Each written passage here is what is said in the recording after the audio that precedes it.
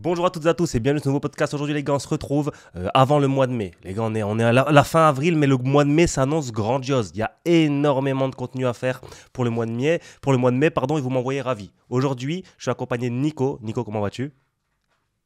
Ça va super, et toi? Ah, ça va très bien parce qu'aujourd'hui on va parler, donc là on va profiter pour parler de plusieurs sujets, vous le verrez sûrement en plusieurs vidéos, mais on va commencer par parler de Manon Fiorot. Manon Fiorot qui revient là, c'est le 10 mai, c'est ça? Elle revient le 10 mai face à Ouais, c'est ça. Valentina Shevchenko et Manon Fiorot sera peut-être la première athlète, hommes et femmes confondus, à ramener la ceinture de l'UFC. On parle pas de la ceinture intérimaire, on parle bien de la ceinture officielle de l'UFC. Si Manon Fiorot fait ça, en vrai c'est une dinguerie. Vous savez, je suis pas fan du MMA féminin, mais si je prends le temps de faire une émission dessus, c'est que Manon Fiorot, elle en vaut la peine. Et il va falloir qu'on en parle. Donc, on en parle tout de suite après, soit le générique, soit une courte page de publicité. Soyez attentifs, je vous prends pas longtemps les gars, promis. Ne voyez pas ça comme une pub mais plutôt comme une bonne affaire, parce qu'ici justement, je vais vous aider à les faire disparaître ces pubs. Mais vous allez me dire de quoi il parle, qu'est-ce qu'il raconte, il se prend pour un magicien à vouloir faire disparaître les pubs. Bah c'est pas tellement de la magie, c'est mieux que ça, c'est NordVPN. Le mode opératoire est très simple, en passant par le lien NordVPN dans la description, tu te connectes, tu mets ton VPN en Albanie et terminer les pubs sur YouTube, tu n'en verras plus jamais. VPN en Albanie, c'est la solution pour faire disparaître les pubs comme par magie. Ce qui est bien avec NordVPN, c'est qu'en plus de t'épargner des pubs, ils vont te permettre de localiser ton adresse IP où tu veux dans le monde et ainsi tu vas pouvoir débloquer du contenu qui n'est pas disponible dans ta région comme des films, séries ou même du contenu sportif. Mais ce n'est pas tout. En passant par le lien NordVPN présent dans la description, tu bénéficieras d'une protection intégrale. Un chiffrement de tes données qui peuvent parfois être sensibles, telles que ton adresse IP ou tes données de navigation. Alors je le rappelle, si tu veux bénéficier de tout ça, n'hésite surtout pas à passer par mon lien dans la description. Et pour couronner le tout, la cerise sur le gâteau, le Hammer Fist, quand le mec est inconscient, vraiment ce qui vient rendre la prestation spectaculaire, NordVPN vont te permettre de profiter de leur service jusqu'à 10 appareils en simultané. Téléphone, ordinateur, tablette, tu peux même installer l'application NordVPN directement sur ta TV si tu as une Apple TV ou une Android TV pour changer ton emplacement virtuel directement sur la télévision. Et maintenant pour parler prix, franchement les gars, avec tous les avantages que vous avez, c'est quasi donné. De plus, il y a 4 mois d'abonnement offert pour tous les abonnements NordVPN de 2 ans, ce qui revient à moins de 3 euros par mois. Toutefois, il faut que le paiement soit fait en une seule fois, c'est la petite nuance, mais c'est pas grand chose au regard de tous les avantages que vous pouvez bénéficier. C'est satisfait ou remboursé sur les 30 premiers jours et vous bénéficiez d'une assistante 7 jours sur 7, 24 heures sur 24. L'offre est disponible uniquement via mon lien dans la description. De retour pour parler du choc qui va opposer Manon Fiorot à Valentina Shevchenko le 10 mai prochain au Canada, sur la même carte que Benoît Saint-Denis. On parlera également de Benoît Saint-Denis. Je vous ai déjà fait une vidéo sur Benoît Saint-Denis, mais là avec Nico on va en parler plus en détail, etc. Enfin, on va plus débattre sur le combat, ça va être intéressant. Et voilà, comme j'ai dit, Manon Fiorot contre Valentina Shevchenko. Et pourquoi ce combat nous intéresse? Alors, premièrement, parce que c'est une chance pour la France d'avoir une ceinture UFC, ce qui n'a jamais été le cas. Bon, oui, d'accord, la ceinture intérimaire, etc. Mais une vraie ceinture officielle, enfin la ceinture incontestée de l'UFC où tu es vraiment champion ou championne, là pour le coup, ça n'était jamais arrivé. Donc, ça, c'est la première raison pour laquelle ce combat est intéressant. Deuxième raison, c'est contre une légende. Valentina Shevchenko, tu présenteras après, Nico, hein, mais c'est une vraie légende. Et juste avant, bah, je vous présente Manon Fiorot. Donc, d'ailleurs, les gars, là, je suis sur, je suis sur une tapologie de Manon Fiorot. Les gars, je suis sur la tapologie de Manon Fiorot. Elle a mis une photo, elle en a des meilleures. Je vais vous mettre à l'écran, là. Elle en a des meilleures, des photos. Aldric, s'il te plaît, est-ce que tu peux pas, t'as pas de moyen de changer avec le management la photo de tapologie de Manon Fiorot? Elle rentre avec des chaussettes de foot. Elle rentre avec des chaussettes de foot. Bon, Manon Fiorot en 12-1. Manon Fiorot en 12-1. Elle est sur une série, sa seule défaite, bah, elle a fait des combats amateurs, on le sait, elle était championne du monde IMAF, et sa première défaite, c'était son tout premier combat pro. Son tout premier combat pro, elle a perdu en split décision. Je ne vais pas faire le mytho, j'ai pas regardé le combat, je sais pas si c'était vraiment serré, mais pour que ce soit une split, c'est que ça devait être serré. Il se peut même peut-être que c'était un vol, j'en sais rien. Mais en tout cas, c'est pour vous dire que sa seule défaite, c'était vraiment très très serré en split, au Cage Warrior. Et ensuite, elle a enchaîné, elle a enchaîné, elle a enchaîné, elle a enchaîné. Donc elle part de 0-1, début de carrière, bah, de la pire des manières parce que tu perds. Mais elle revient et elle tape 12 filles à l'affilée jusqu'à arriver au titre de l'UFC. Performance exceptionnelle, hein. Qu'est-ce que tu en penses toi de cette trajectoire de carrière de Manon Fiorot? Elle est vraiment impressionnante et surtout, il y a un truc que bon, les gens ne savent pas obligatoirement, mais c'est qu'elle a eu une grosse carrière en amateur avant ça, avant ses débuts pro. Elle a été championne du monde IMAF, etc.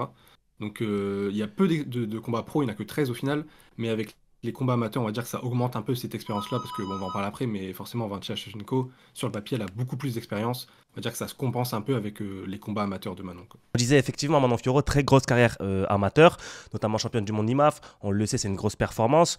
Elle était notamment avec Axel Sola, etc. Je pense qu'ils ont fait cette expérience ensemble avec Aldric Cassata. C'était les premiers, hein, c'était quasiment les premiers en France à apporter vraiment à aller en terrain inconnu, parce qu'à l'époque, les IMAF, c'était pas très connu. Et elle est venue, elle a pris la médaille d'or, donc la ceinture. C'était en 2017. C'était en 2017 et elle a fini de la meilleure des manières pour ensuite passer en pro. Donc ça, c'est pour Manon Fiorot. On le voit, comme tu dis, très grosse expérience amateur. Et ça s'est confirmé en pro, puisque elle a tapé tout le monde. Et putain, elle a déjà combien de combats à l'UFC, Manon? 2, 4, 6, 7, non? Ouais, 7. 7. 7, ouais. 7, parce que j'avais compté tous ses combats. Mais non, du coup, 7 à l'UFC. Donc, tu vois, ça fait quand même longtemps Ouais. qu'elle est là. Elle était dans la discussion pour des records, notamment le nombre de finishes dans la catégorie, etc. Elle a vraiment, vraiment fait ses preuves. Et voilà, bah, c'était pour la présentation de Manon Fiorot. Et ça ferait une belle opposition face à la légende Valentina Shevchenko. Est-ce que tu peux nous rappeler un petit peu qui est Valentina Shevchenko? Ouais, bah, comme tu as dit, c'est vraiment une légende de l'UFC et du MMA en général. Elle a 24 victoires, 4 défaites, et il y a un match nul, je crois aussi. Là, elle reste sur trois combats face à Alexa Grasso. Il y a une trilogie. Elle a vraiment enchaîné que des combats face à Alexa Grasso. Il n'y a rien eu entre deux. Mais avant ça, elle était, si je dis pas de bêtises, je crois que c'était 7 défenses de titre de la ceinture flyweight à l'UFC.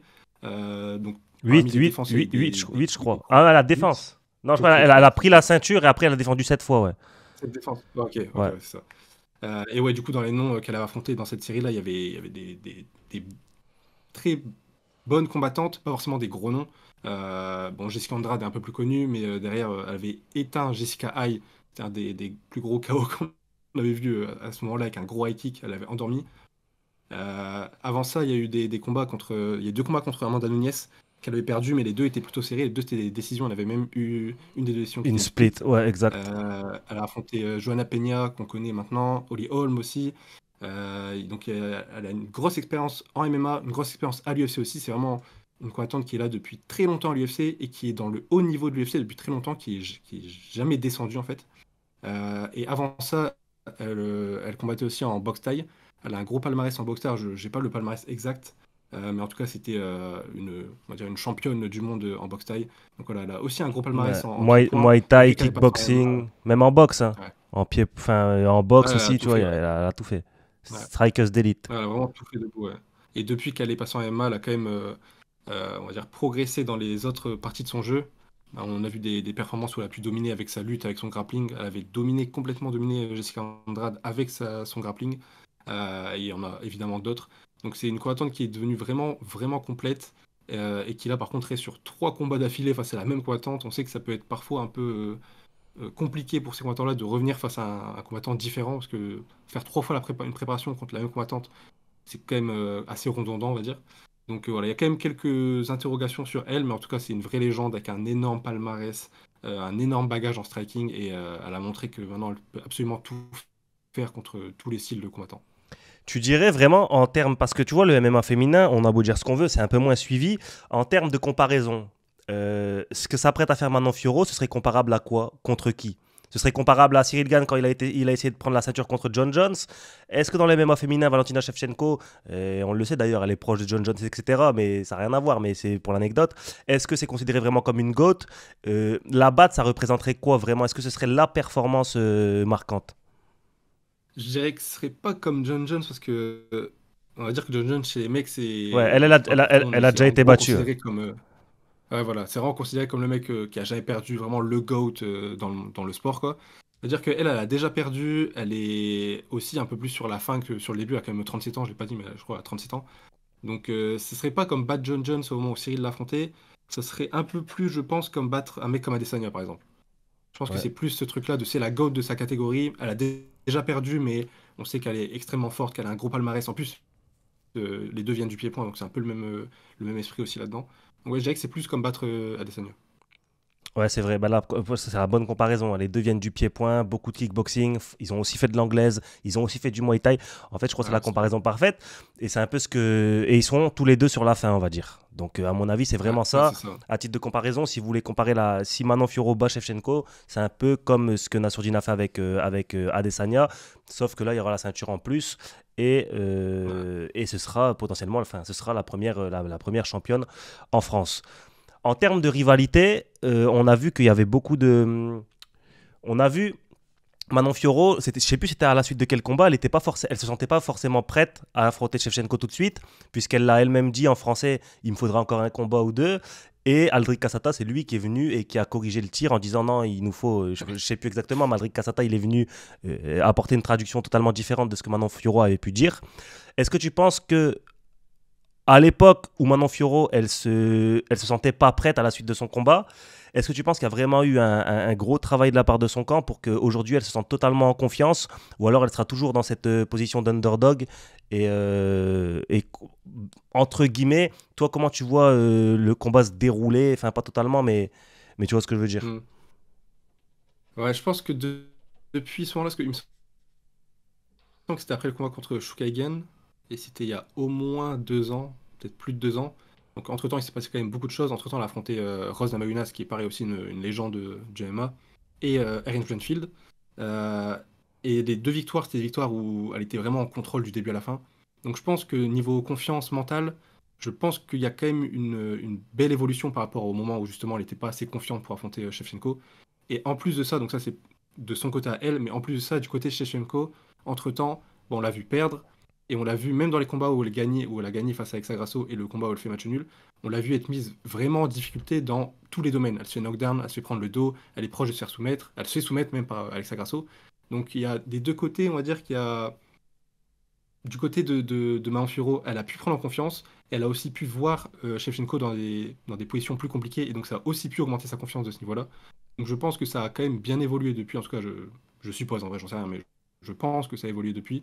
Après, à voir dans le combat ce que ça donnera, parce que Shevchenko, elle reste, malgré les difficultés qu'elle a pu avoir face à Alexa Grasso, elle reste très compliquée à battre sur la durée. Et Manon Fiorot, c'est quand même ce qu'elle fait majoritairement, même si c'est une strikeuse, mais elle gagne majoritairement au point sur la durée, tu vois.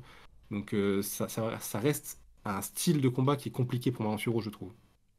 Ah ouais, tu le dis, hein. Manon Fiorot, c'est vraiment donc dans le début de sa carrière, elle finissait quasiment tout le temps. Ouais, il y a quelques décisions, mais elle finissait vraiment souvent. Quand elle arrive à l'UFC, deux premiers combats, deux finishes. Et c'était d'ailleurs là qu'on parlait du record de Shevchenko, puisque elle avait déjà fait, Shevchenko, je crois que c'était trois finishes, un truc comme ça.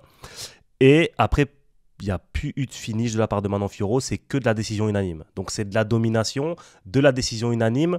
Il me semble pas qu'elle ait fait du 5 rounds. Elle a fait du 5 rounds, Manon. Son dernier combat contre Blanchfield, c'était du Ouais, 5 rounds. mais C'est le seul, ouais. avant ça, non. Rose à Paris, c'était du Avant 3 ça, rounds. ah, avant ça, je crois pas. Attends, je vais regarder. Non, avant ça, je crois pas. Peut-être. Oh non, c'était du Non, 3 je rounds, crois ouais, ouais, effectivement. Donc tu vois, bon, la bonne note quand même, c'est qu'elle sort d'un 5 rounds contre Erin Blanchfield, où elle gagne à la décision unanime, domination claire et nette quand tu gagnes en décision unanime. C'était du 5 rounds, donc elle s'est déjà préparée pour du 5 rounds. Tu rajoutes à ça la fois où elle devait être remplaçante, où elle s'est sûrement préparée pour du 5 rounds, où elle n'a pas combattu. Donc maintenant, à mon avis, au niveau du cardio, au niveau de musculairement et même mentalement, je pense qu'elle est prête pour aller en 5 rounds. C'est pas inconnu. Maintenant, face à une adversaire comme Valentina Shevchenko, il y aura quand même ce défaut d'expérience. Et je pense que ça va mettre à l'avantage de Valentina. pas. Ah, bah, s'il y a bien un point, moi, où je mettrais un assez gros avantage pour Valentina, c'est au niveau de l'expérience. Parce que le combat, il risque de durer. Je pense que dans le combat, les deux auront du succès. Les deux gagneront des rounds, en perdront. Et donc, je pense que l'expérience peut vraiment beaucoup jouer, que ce soit au niveau mental ou au niveau, on va dire, tactique et technique, le fait de faire des ajustements dans le combat et de trouver d'autres solutions. Je pense que Valentina, elle a beaucoup vécu ça dans sa carrière. Elle a dû le faire plein de fois. Donc maintenant, elle sait le faire. Là où Manon, elle n'a pas vraiment eu de moment où elle était, c'était des combats vraiment compliqués, où elle perdait. Bon, contre Shkoyen, elle perd le premier round, mais il n'y a pas de moment où il y a eu des gros doutes, elle a dû remonter ça.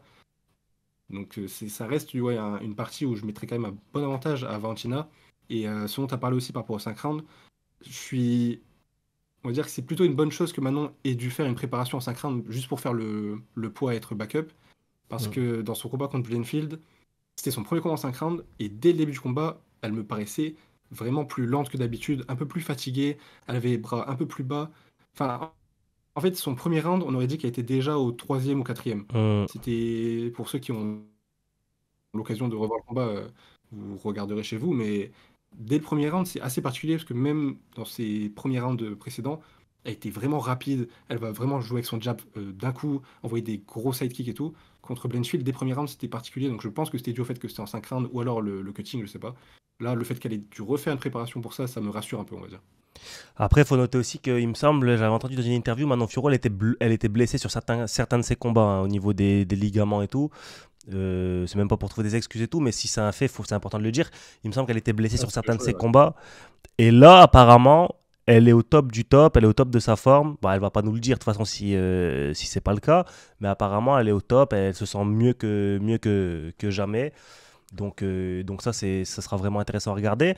Pour toi, quel serait le chemin vers la victoire de part et d'autre? Si tu es Valentina Shevchenko, qu'est-ce que tu privilégierais contre Manon? Quels seraient ses points faibles à exploiter? Et à l'inverse, si tu es Manon Fiorot, quels seraient les points faibles à exploiter chez Valentina Shevchenko?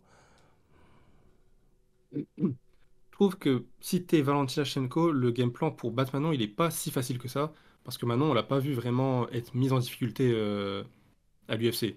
C'est-à-dire qu'il n'y a pas de séquence que tu peux prendre et te dire, ok, si je refais ça du début à la fin, bah, je la mets en difficulté du début à la fin. Donc c'est un peu relou de faire un game plan contre Manon Fiorot si t'es Valentina Shevchenko. Par contre, justement, tu peux jouer sur le fait qu'elle n'a pas été mise en difficulté, et donc il faut que toi tu la mettes en difficulté, et à partir de là, ça sera à elle de s'adapter et de revenir au combat. Je pense qu'une des bonnes choses à faire pour Valentina Shevchenko, c'est de faire travailler Manon. C'est pas quelque chose que Valentina fait tout le temps, mais c'est quelque chose qu'elle aura besoin de faire contre Manon Fiorot, je pense. C'est pas la laisser jouer avec son rythme en striking, trouver son rythme, parce qu'à partir de ce moment-là, elle sera capable de faire des ajustements et voilà, de trouver des ouvertures, de pouvoir mixer potentiellement, etc. Il faut vraiment la faire travailler, que ce soit avec des feintes, avec juste des changements de niveau pour dire de la faire défendre en lutte sur des single leg ou quoi. La faire travailler du début à la fin, parce que tu sais qu'en plus, en termes cardio, toi, tu es capable de faire 5 rounds Mm, où il y a un assez bon rythme. Et Manfioro, tu sais pas si elle sera capable de faire 5 rounds avec toi, avec un bon rythme. Donc je pense que c'est une des manières pour Valentina de s'assurer de au moins gagner certaines séquences et vraiment de la faire travailler. Et pour Manon, pour moi, un des aspects les plus importants, c'est de ne pas laisser Valentina. euh, En fait, les deux combattantes, c'est plus des contreuses que des combattantes qui vont initier. Justement, à l'inverse de BSD, qui est vraiment un mec qui initie, par exemple. Elles vont toutes les deux être plus dans je reste à distance et j'attends de voir ce qui se passe pour essayer de contrer ou de trouver une ouverture, sortir ou rentrer. Et Valentina, quand elle fait ça, elle est vraiment presque injouable. Les moments où elle se fait toucher, c'est parce que, par exemple, avec Grasso, elle l'a touché sur. Avec Grasso envoie quelque chose, Valentina répond, avec Grasso renvoie quelque chose derrière, et là, elle la touche. Et je pense que pour Manon Fiorot, ce sera ça le point important, c'est si t'es pas deuxième dans l'échange, il faut être absolument troisième, et ainsi de suite. Si t'es pas quatrième, il faut être cinquième. Bref, il faut être la dernière personne à envoyer quelque chose, parce que ouais. sinon, Shevchenko, elle est juste trop forte. Faut pouvoir contrer le contre. En gros, c'est ça, il faut pouvoir engager pour qu'il y ait Ouais, une c'est ça. réponse, mais tu savais déjà qu'elle allait avoir une réponse pour pouvoir contrer Ouais, ouais. ou faire semblant d'engager, etc. Selon moi, ça va être aussi un aspect à prendre en compte, c'est, tu sais, il y a deux contreuses, et généralement, un contreur il aime bien être dans son jeu. Qui va sortir de son jeu pour faire le combat? Parce que tu vois, si c'est deux contreurs en soi, bah, ils vont se regarder, il n'y a personne qui va déclencher, mais il y aura forcément quelqu'un qui va faire Mhm. le combat. Est-ce que ce sera Manon qui va avancer? Est-ce que ce sera Valentina? Ça, je pense aussi que ce sera beaucoup mental, l'aspect mental. J'ai vu que ça se chauffait gentiment entre les deux. Est-ce que dans la Fight Week, il y aurait pas quelques joutes verbales qui peuvent influer sur le combat? Ça, ce sera à voir. Et il y avait aussi un truc que tu as parlé et qui me semble intéressant de relever, c'est Manon, on l'a pas forcément vu sortir la bête. En fait, elle s'appelle The Beast, la bête qui est en elle. Tu vois, dans les combats références des grands champions, il y a toujours un combat où tu vois que le mec, il y a un chien en lui, il y a une bête en lui. John Jones contre Gustafsson, le premier, tu le vois. Même les John Jones contre Cormier, tu le vois. Adesanya contre Kelvin Gastelum, tu le vois. Il y a toujours ce genre de combat référence. peut-être que pour Manon, ce sera maintenant ce combat référence et on aura la réponse, est-ce qu'elle a ça en elle ou pas? Et c'est la question que tu posais tout à l'heure. Valentina, on le sait, elle a déjà eu des combats difficiles et tout, elle a dû le montrer. Manon, est-ce qu'elle a ça en elle? Ses coachs pourront sûrement nous répondre, mais devant un tel public, devant le monde entier, est-ce qu'elle va savoir le ressortir? Ça, même eux, je pense qu'ils auront la réponse en même temps que nous. Ah bah c'est aussi pour ça que le combat on a hâte de le voir, c'est qu'en vrai on va enfin savoir si Manon Fiorot elle a ce qu'il faut pour être vraiment entre guillemets une légende française, mais en tout cas devenir championne UFC avec la manière face à une légende. Là on a vraiment tous les ingrédients qu'il faut, c'est-à-dire la bonne championne au bon moment et la bonne prétendante au bon moment aussi. Bah là, c'est bien. Là, ce sera vraiment une légende. Ce sera vraiment une légende du sport français en général. Tu vois, on a les Teddy Riner qui a fait énormément de titres, etc. Mais il faut que les gens prennent conscience quand même que le MMA en France, c'est pas démocratisé de fou. Le MMA féminin encore moins. Et malgré ça, tu arrives quand même à aller à l'UFC et prendre la ceinture. C'est une très très grosse performance. Et on a vu des Audrey Cheméo, etc., avoir des dojos à son nom parce qu'elle a pris une médaille olympique. Selon moi, en MMA, prendre la ceinture de l'UFC, c'est encore plus grand qu'une médaille olympique. Donc, il faudra mettre du respect sur sa performance à Manon Fiorot. Toi, quel serait objectivement ton prono en prenant en compte les deux athlètes, en prenant en compte les points d'interrogation qu'on a, les points de non-réponse qu'on a, quel serait ton prono pour ce combat? Euh, En vrai, je trouve le prono il est compliqué à dire parce que, bah, comme j'ai dit tout à l'heure, Manon Fiorot, on l'a pas vu être vraiment mise en difficulté et je pense qu'elle va être mise en difficulté, donc c'est dur d'anticiper vraiment comment elle va réagir et comment elle va s'adapter. Euh, Il y a un point qui est plutôt bon pour Manon Fiorot, c'est qu'elle affronte Valentina Shevchenko à un moment donné où elle est plus sur la pente descendante qu'ascendante. Elle a 37 ans, elle sort d'une grosse trilogie qui l'a potentiellement aussi fatiguée parce qu'elle a pris quand même des dégâts dans ces combats-là. Donc ça peut être un bon point pour elle.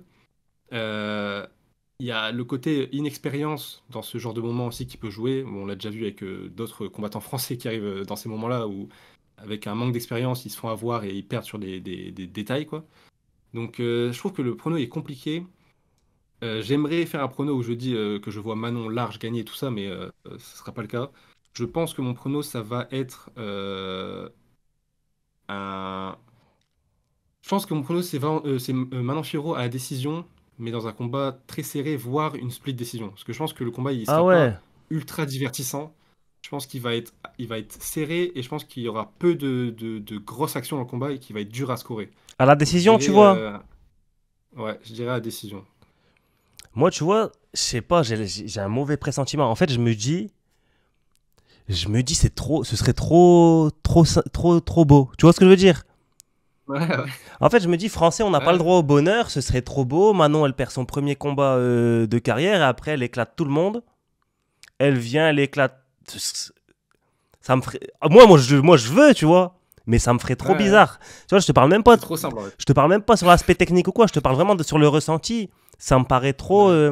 Et vraiment, tu vois, si je regarde en détail, certes, Valentina Shevchenko, elle est sur la fin de sa carrière, mais ça veut aussi dire que c'est quelqu'un de très expérimenté. On n'a pas vu une Valentina Shevchenko qui avait un menton de verre. Il y a pas les, tu vois, elle est sur la fin, mais il n'y a pas les signes avant-coureurs d'une je vais te toucher et tu vas être éteint. Et moi, à contrario, j'ai l'impression que Manon Fiorot, non, en fait, j'ai pas envie de dire qu'elle est trop. Elle a quand même tapé Rose Namajunas. Tu vois ce que je veux dire? C'est potentiellement le bon moment. Je crois en Manon Fiorot.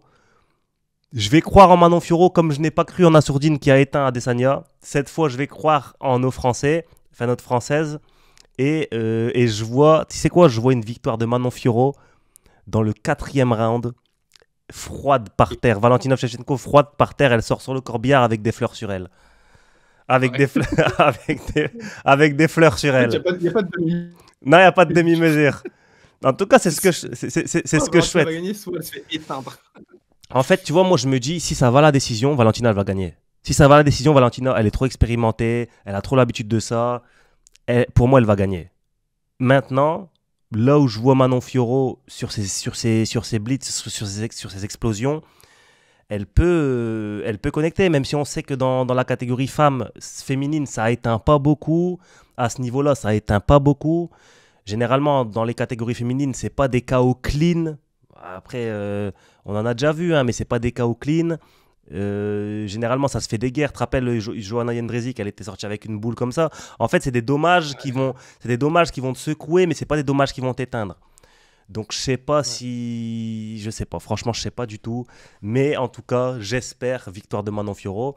Dans les commentaires, dites-nous, moi. Dans les commentaires, dites-nous vos pronos. Vous voyez Manon Fiorot ou Valentina Shevchenko.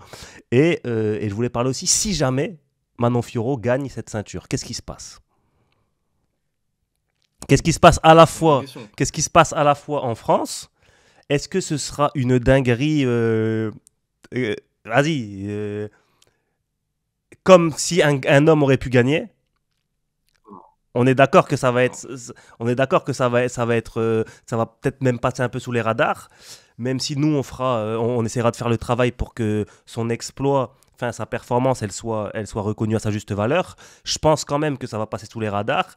Et dans la catégorie, qu'est-ce qu'elle va faire? Une revanche contre Valentina, à mon avis, elle est inévitable. Ouais. T'en penses quoi, toi? Alors, pour ce qui est de la réaction en France, je pense que maintenant on connaît un peu le public français. Maintenant, on sait ressentir quand il y a vraiment une potentielle grosse hype. Ouais, là, il n'y a Là, rien. pour moi, la hype qu'on ressent là, elle est très faible. Il n'y Enfin, a franchement, rien. Tu sais que c'est une je dinguerie, ça me j'entends choque, hein. personne en parler. Ouais, en vrai, c'est une dinguerie.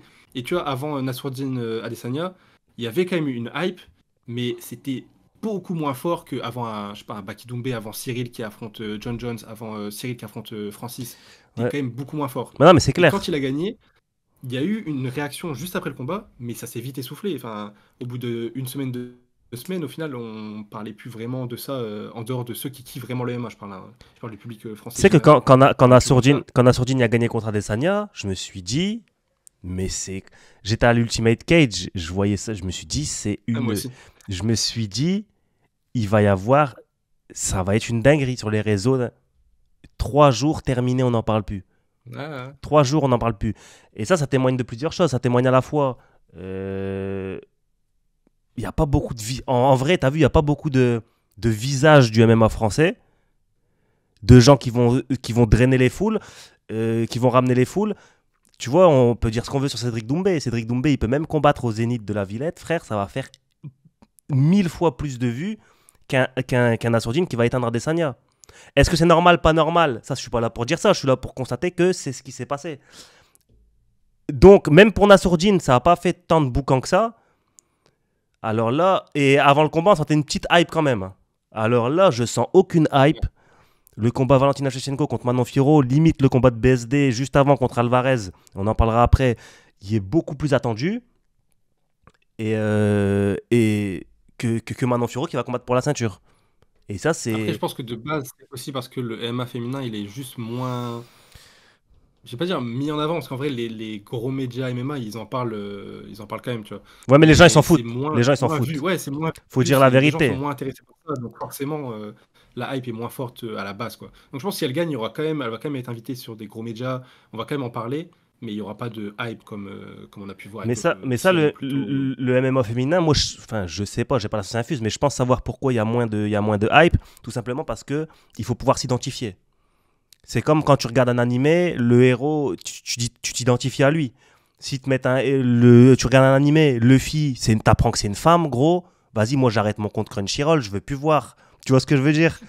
Tu me dis Luffy c'est Ouais, une femme, moi tu me parles plus, Eiichiro Oda, tu te mets toi, je parle pas avec moi, tu vois. Donc là c'est pareil, les gens ils veulent s'identifier, ils s'identifient à qui? Ils s'identifient à des, pour la boxe anglaise, des Mike Tyson, ils veulent s'identifier. Tu as déjà vu une fille en boxe anglaise qui était, ils s'en foutent les gens. Pareil en MMA, ils s'identifient à des Adesanya, à des John Jones, etc.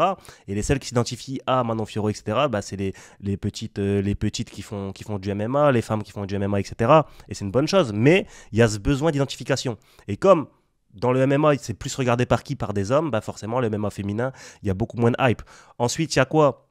Il y a le fait que, comme je l'ai dit tout à l'heure, ça éteint pas. Tu vois, le MMA féminin, il y a rarement des KO, c'est rarement très sanglant. Il y en a, hein. J'en ai vu des combats comme ça. J'en ai vu des combats sanglants, des combats magnifiques, des combats qui m'ont réconcilié avec le MMA féminin, des magnifiques. Mais il y en a beaucoup moins. Tu vois, c'est moins divertissant, c'est moins spectaculaire. Dans les joutes verbales, etc., tu vois beaucoup moins de trash talk avec les femmes, etc. Donc à mon avis, c'est pour ça. Et ça déteint sur la hype que Manon Fiorot de ce combat, tu vois. Donc ça, c'est inévitable. Puis même, il y a tout ce que tu as dit, et tu rajoutes à ça le fait que bah, du coup, on peut pas s'identifier, et c'est du coup moins, on va dire, impressionnant. Si tu prends les grosses têtes du MMA masculin français, Cyril, il est impressionnant physiquement, donc même si tu connais pas le MMA, tu es impressionné par ça. Mm, Tu regardes Doumbé, bah, tu vois les KO qu'il met, bah, tu es impressionné. Tu regardes Baki, il va toucher toute une population parce que bah, tous les gens, on va dire, entre 20 et 25 ans, ils peuvent s'identifier à lui, à ce qu'il kiffe, à ce dont il parle sur les réseaux, dans les vidéos, etc. mm. Maintenant, en fait, tu n'as aucun de ces éléments-là auxquels tu vas pouvoir t'identifier ou te dire, ouah, c'est vraiment impressionnant de ouf. Donc, si t'es pas fan vraiment de MMA et du côté technique, bah ouais, t'es moins hype forcément. Ouais, c'est que du sportif. En fait, le MMA féminin, c'est que du sportif. Il n'y a rien d'à côté. Ça. C'est que du sportif, il n'y a rien d'à côté. Et même dans le sportif, désolé de le dire, c'est moins intéressant que du MMA masculin. Désolé. Je peux. Moins explosif, moins C'est athlétique. moins explosif, c'est moins athlétique. Déjà, c'est que du sportif. Et même dans le sportif, ah, c'est bon. Mais on va regarder Après, quand même c'est le Manon problème de Fiorot beaucoup parce de que. sports féminins. Hein? C'est le problème avec beaucoup de sports féminins, même si tu Ouais, regardes le basket féminin, c'est pareil c'est partout. moins athlétique. Tu vois. Ouais. C'est pareil partout. Donc voilà, mais gros respect, et il faut le dire, hein, parce que c'est un sport qui est très demandant, etc.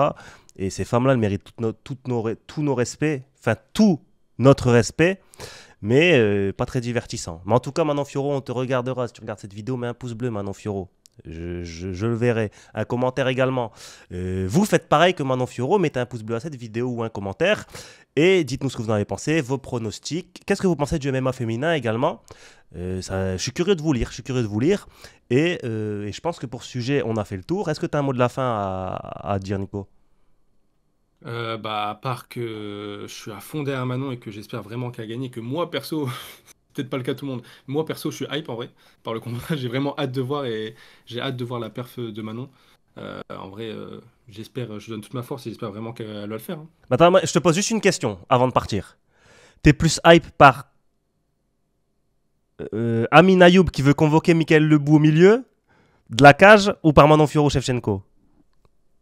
Ah, mais moi, après, là, tu parles à un mec qui fait des analyses sur des combats, les gens ils s'en foutent. Moi, je suis plus hype par Manon, parce Ah, que moi, je suis bizarre, moi. non, devant Mais ta en vrai, ça va télé. évoquer un Attends, Ayoub, hein, mais- devant ta télé. Devant ta télé.